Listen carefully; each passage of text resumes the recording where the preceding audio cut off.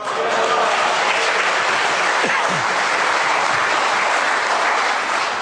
Speaker. Louise Hubston. Tēnā koe te mana whakawā, tēnā koe te whare, rauranga tira mā, tēnei te mihi ki a koutou I runga I te kaupapa. Tēnā koutou nā rangatira Ngāti Whātua o Orākei. Tēnā koutou, tēnā koutou, tēnā koutou katoa. Mr. Speaker, I'm immensely humble and proud to be the final speaker in this part of our history. The third reading of any treaty bill really is a momentous occasion that each and every one of us as New Zealanders should celebrate. I stand here before you as the proud Member of Parliament for the Taupo electorate, but spent more than half of my life in Auckland. As the Honourable Tauhenare said, in Ngāti Whātua country. Can't quite claim, as he did, that I was born in Otara. But I can claim that Rangitoto Island was the maunga that I looked to as my place of grounding as I grew up in Tamaki Makaurau. I'm also a proud member of the Māori Affairs Select Committee, so I'm very pleased to have been on this part of the very final part of the journey with you in reaching this settlement. I want to acknowledge Joe Hawke on the floor of the House, just as I want to offer my prayers and support for Grant Hawke, who was with us in this whare earlier and is healing at the moment. One of the things that's, I have to say, quite challenging as a Pākehā Member of Parliament on the Māori Affairs Select Committee is getting a depth of understanding of the journey of the tangata whenua. So I'm not going to stand before you and be trite and say that I have any ounce of understanding. But what I do commit to my colleagues in this House is that I will spend every moment that I can deepening my knowledge, learning the history, and sharing that with as many New Zealanders as I can. I was only 7 when that battle took place at Bastion Point. Unfortunately or fortunately, I was, as a young child, fascinated in politics. And so I took probably a much stronger interest in what happened in those days than many of my age. But I think the thing that stood out for me was that it was a collection of New Zealanders against another collection of New Zealanders. Yes, it was your iwi, it was your people leading that fight, but actually it became much broader than that. And I think that's one of the things that really disturbed me at that age, was the level of anger that two groups of what I possibly naively saw as New Zealanders could have against one another. But I do have to say it was left quite an impression on me even at that age. And even just Monday last week I spoke at a meeting in my electorate, and you can probably imagine some of the conversations that come up from time to time in terms of, you know, why are we doing these treaty settlements?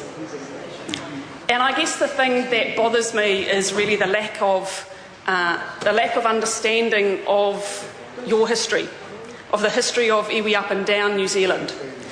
And that's why I've made a point of trying to encourage people to learn more. And I said to the group of people that I spoke to at that public meeting, every single bill in this House is available for people to watch on the internet.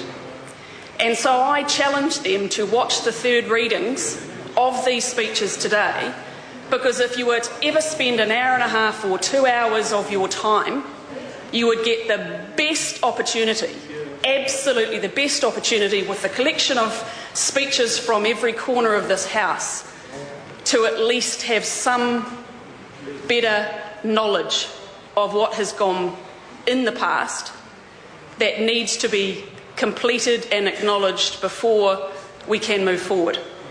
I'm enormously proud of Ministers Sharple and Finlayson, particularly Minister Finlayson, and I've had some of the most memorable times as a Member of Parliament with him, being witness to a Crown apology. And again, I think it's just so important that as many members of the community participate in some of these defining moments, because they are part of our history. And I read that in the 50s, your marae was burnt down. And Ngāti is part of my electorate. And the marae there was torched only 5 years ago.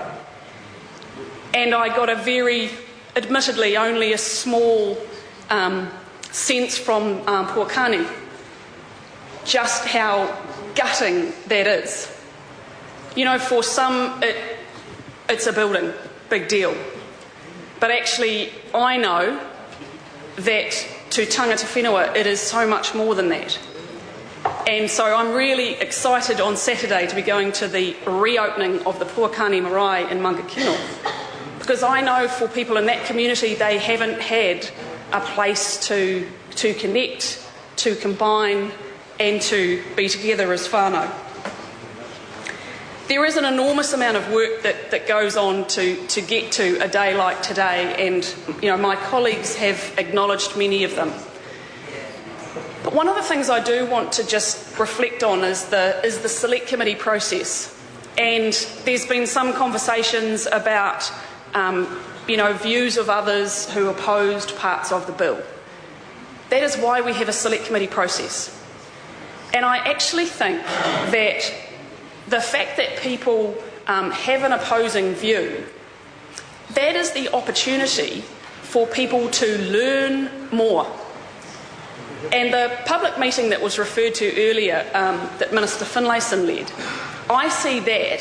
So there's a misunderstanding, there's a conflict, but that sort of discussion and the select committee process actually allows the ability for people to have a better knowledge than when they started.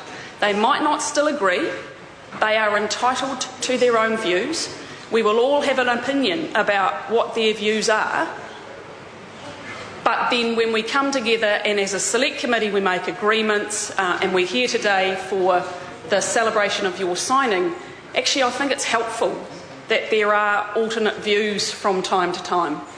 There are some bills, some treaty bills that we don't have any submissions against at all. This wasn't one of those, but I don't think it takes away from the importance of this agreement. Because I think through that conflict there's a willingness to reach a resolution, and through that resolution is a better understanding. So, Mr. Speaker, I just want to conclude by saying that it's fantastic to see a range of generations in the gallery today. I want to acknowledge that there has been generations of those past, and I know that they are also with us in spirit. But these settlements are about the generations to come. Those are not here yet, because I think that's the importance of days like today and the conclusion of yet another treaty settlement. It is a day for generations of all New Zealanders to come, reflecting back on the words of the Minister, where we can go forward together with unity and optimism. Nō reira, kia ora.